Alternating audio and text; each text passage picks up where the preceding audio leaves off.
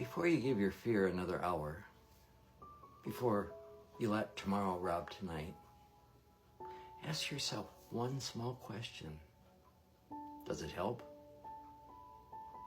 Does worrying make the needle softer, the diagnosis kinder, the airplane steadier, the meeting easier, the midnight telephone less likely to ring?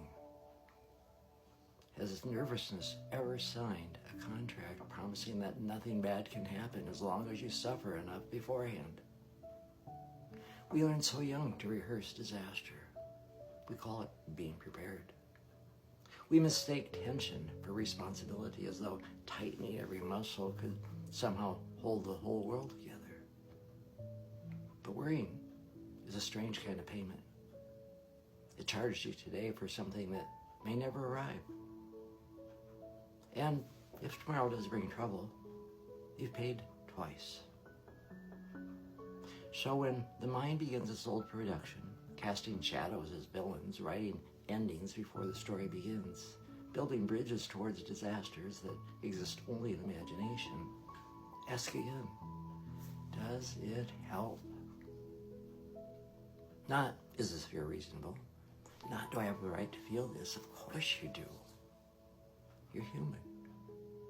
Your heart has known loss.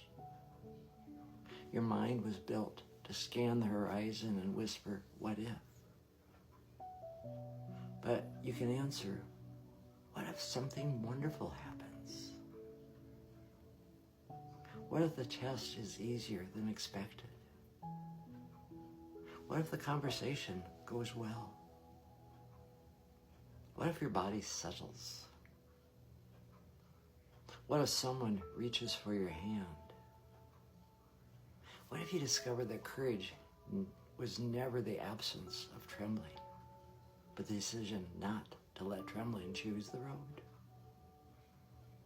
There are moments when fear has useful information. Listen to the message, then put down the megaphone. You do not need to become fearless.